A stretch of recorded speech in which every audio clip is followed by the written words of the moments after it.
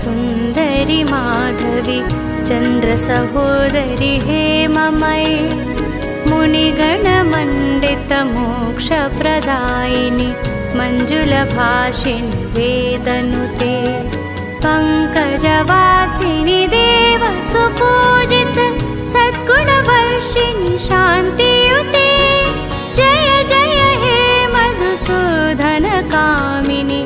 आदिलक्ष्मि सदा पालय माम्।